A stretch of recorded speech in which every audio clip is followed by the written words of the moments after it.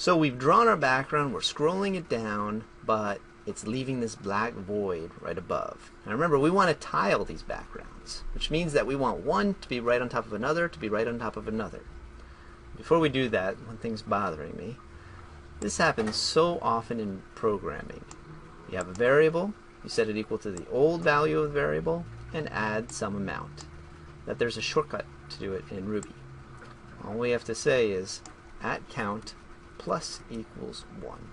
That simply means you take the value of count, you add 1 to it, and that becomes the new value of count. And you'll see that that works. Remember, it's always a good idea to test things after you make even a small change. Let's close that. Now we want to tile this. So let's just do 2 backgrounds. Draw 2 of them. And we've loaded back the background only 1 time. We're drawing it twice though. Except this time, we don't want to draw it in the same place. We want to draw one right on top of another. So we're drawing this background at count. Let's draw this one at count minus however tall this background is.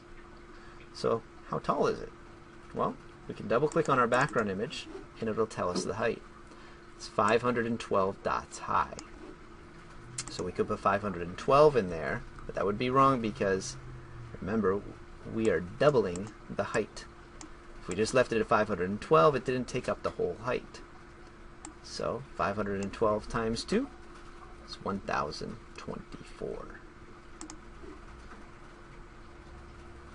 There we go. Now it looks like one long background.